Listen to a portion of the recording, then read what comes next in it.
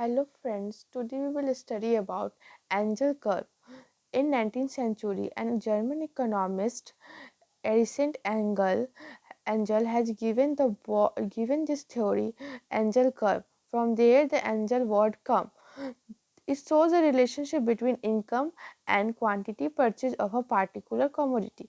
ये हमें relationship बताता है income और commodity X के खरीदने का कैपेसिटी परचेजिंग पावर बताता है एंजल कर्व। अब हम पढ़ेंगे difference between income consumption curve and angel curve. Income consumption curve में और एंजल कर्व में क्या डिफरेंस होता है।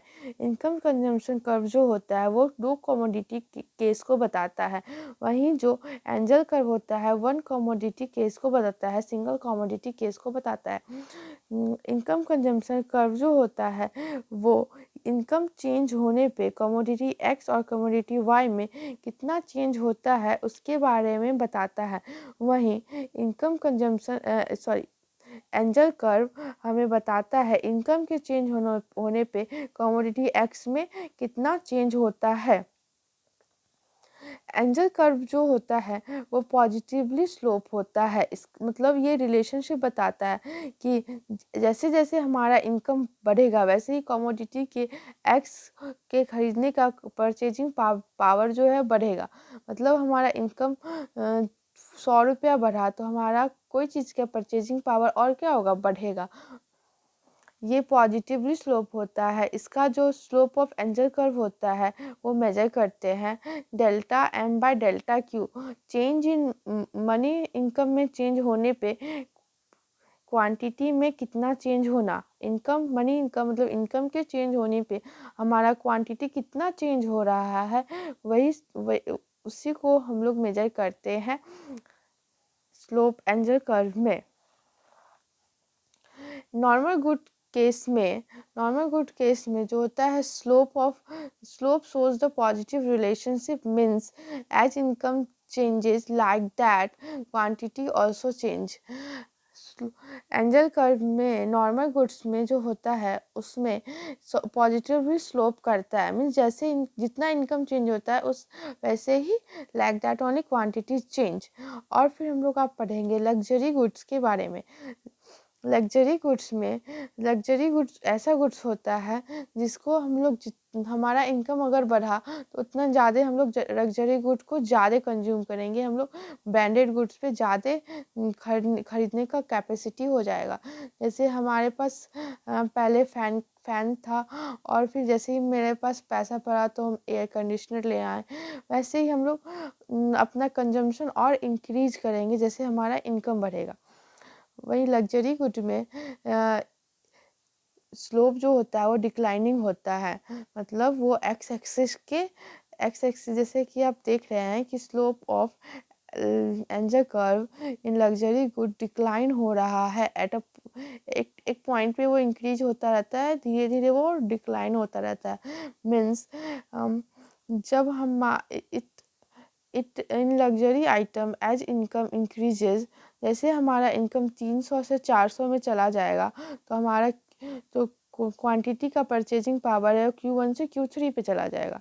वैसे ही हमारा 400 से 500 इनकम हो गया तो हमारा और परचेजिंग पावर क्या होगा, और बढ़ जाएगा और हम लोग ज़्यादा ब्रांडेड गुड्स खरीदने का कैपेसिटी में आ जाएंगे। क्वांटिटी डिमांड इंक्रीजेज मोर, मतलब इनकम के थोड़े से चेंज होने पे हमारा क्वांटिटी डिमांड बहुत ज़्यादा चेंज हो जाता है और इसलिए वो बेंड करता है टुवार्ड द एक्सेस, इसलिए बेंड करता है टुवार्ड द एक्सेस, ये बेंड करता है।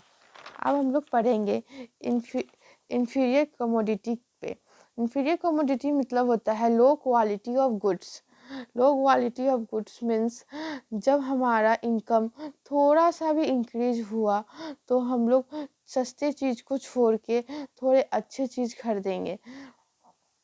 मतलब हमारे जब इनकम कम होगा तो हम लोग इन्फीरियर गुड को ज़्यादा से ज़्यादा कंज्यूम करेंगे, चीपर गुड को खरीदेंगे। अगर हमारे पास थोड़ा सा पैसा हुआ तो हम उसमें कोशिश करेंगे मतलब सस्ते सामान खरीद के अपने सेटिस्फैक्शन को पूरा करें।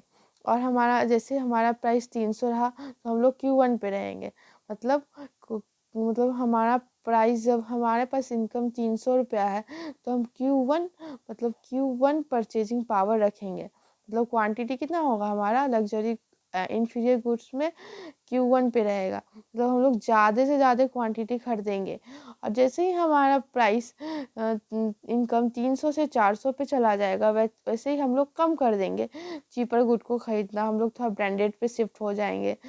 ऐसे हमारा अगर इनकम 400 से 500 पे आ गया तो वैसे ही और हम लोग शिफ्ट कर जाएंगे चीपर गुड को खरीदना, हम लोग कम सस्ता सामान खरीदेंगे और शिफ्ट कर जाएंगे अच्छे गुड्स पे। As income increases our demand decreases, जैसे जैसे हमारा इनकम बढ़ेगा वैसे वैसे हमारा डिमांड इंफीरियर कमोडिटी का कम होगा। We will consume less cheaper goods and move to branded goods, हम लोग वैसे ही चीपर गुड्स को कम कंज्यूम करेंगे जैसे जैसे हमारा प्राइस बढ़ेगा, और ब्रांडेड गुड्स पे शिफ्ट हो जाएंगे। ये बेंड करेगा, ये बेंड नहीं करेगा, ये टूवार्ड ओरिजिन रहेगा इसका स्लोप। और न्यूट्रल गुड्स ऐसा गुड्स होता है जो एसेंशियल होता है, चाहे प्राइस कितना भी इंक्रीज करे डिक्रीज करे, हमारा जो कमोडिटी कैपेसिटी होता है वो हमेशा सेम होता है। जैसे कि एग्जांपल में ले लो साल्ट हम नमक हमारे पास अगर उसका अगर उसका दाम कितना भी इंक्रीज हो जाए डिक्रीज हो जाए, हम लोग ज़्यादा तो कंज्यूम नहीं करेंगे, उतना ही डिमांड करेंगे, क्योंकि हम वो एसेंशियल गुड्स होते हैं।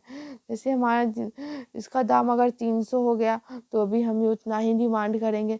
हम लोग अगर हमारा इनकम बढ़ के 400 हो गया तो भी हम उतना ही कंज्यूम करेंगे, अगर इनकम बढ़ के 500 है तो भी उतना ही मतलब कितना भी इनकम बढ़ जाए हम लोग उसका कंजम्पशन कैपेसिटी बढ़ा नहीं सकते हैं, क्योंकि हमारा उतना ही ज़रूरत ही है नमक का जितना हमको चाहिए।